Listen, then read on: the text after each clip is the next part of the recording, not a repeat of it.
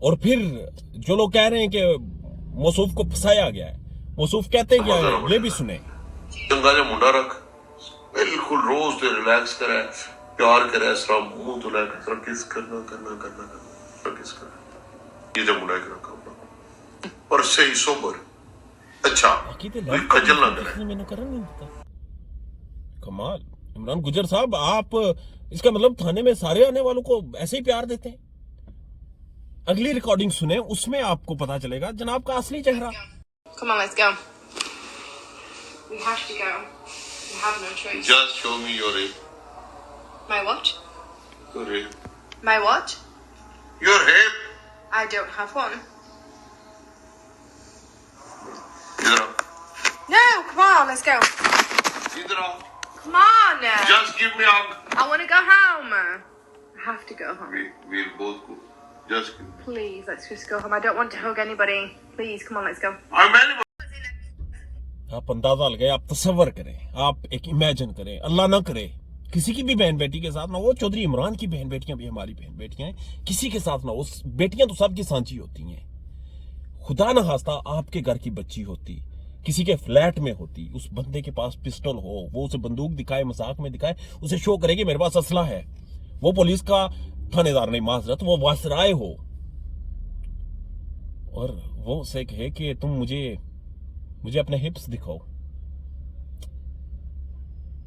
وہ وہاں سے نکلنے کی کوشش کر رہی ہے مجھے تکلیف ہوئی یہ سوچ کر کہ یار وہ کتنی مجبور تھی آپ سوچیں کہ آپ کے گھر کی بیٹی ہو تو کیا گزرے آپ کے اوپر یا وہ جو آپ کو صبح ناشتہ کافی دن کا کھانا شام کا کھانا وہ دے گا تمہاری لائف کمفرٹیبل کر دے اب موصوف لالچ دینے کی کوشش کرتے ہیں اب یہ کہتے ہیں کہ جی میں اسے لالچ دیتا ہوں میں اسے نوکریانی کی لالچ دیتا ہوں یہ خاتون کہتی ہے میرا باپ نہیں ہے میں نہیں یہ سب چھشکی کروں گی کہتے ہیں میں تمہیں فائنانس کروں گا ذرا سنیں اسے آفرز کیا دے رہے ہیں کیوں کہہ رہے ہیں ایسے میں کر اس لیے رہا ہوں کہ میں تمہیں آفر کر رہا ہوں تو میری بات ہی بات نہیں تو میں مانوں گی فری تم کیا سمجھتے ہو ایک فریج میں سمجھتا ایک ہوں منٹ میں کہہ رہا ہوں تمہیں میں کمفرٹیبل لائف دیتا ہوں سوچنا ہے کہ ایک فریج ایک مائکرو ایک آدمی فریج مائکرو میں اپنا ایمان روڑوں گی تمہارے پیچھے ایمان نہیں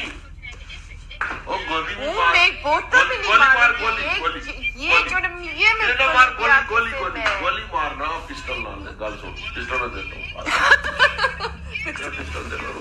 لے لوں گی یہ فلانا اللہ کا شکر ہے الحمدللہ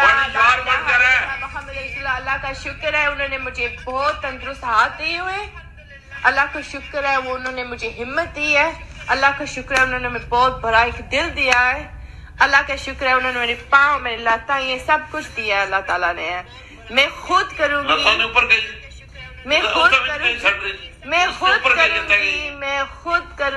خود صفائی کروں گی میں خود لڑوں گی میں خود پکاؤں میں اپنی لیڈی کی رکھ کے دیا میں ملازم اپنی لیڈی بڑی لیڈی ہو بڑی یار ہوئے اس میں کیوں نہ رکھ کے دیا کیا ایشو ہے کہڑی اور لڑکی آپ کی یار ہے جب میرے یہاں کے کھانا بنائے گی تمہیں ملازم رکھ کے دیتا ہوں خاتون بے شمار نبیاں پنجاب نہیں وہ 10 یقین کریں روح کانپتی ہے کہ جب آپ کسی بے بس انسان کو جو کام کی گھر سے آپ کے پاس آئے آپ اس کے ساتھ یہ رویہ کریں آپ اس کے ساتھ یہ الفاظ بولیں یہ ساری ویڈیوز یہ ساری ریکارڈنگ صرف اس سینس سے سنیں کہ یہ آپ کے گھر کی بھی بیٹی ہو سکتی تھی سوچیا ہاں سارا ریلیشن اگے جا سکنا پھر اسا شادی کر سکتا یوز اینڈ ابیوز کر کے بعد نو بڑا بڈھے بارے کس سے شادی کر سکتا پہلے یو چیک کر کے سیکس کر کے رومانس کر کے کہ رومانس ہی چنگا ہے سیکس ہی چنگا ہے گل سمجھا کرنا بندی کی رومانس ہی چنگا اور رومانس نے سیکس ہی بھی اس تو بعد is your wife not good enough گل سننا تو اپنی is she family ایک شادی is it arranged سیب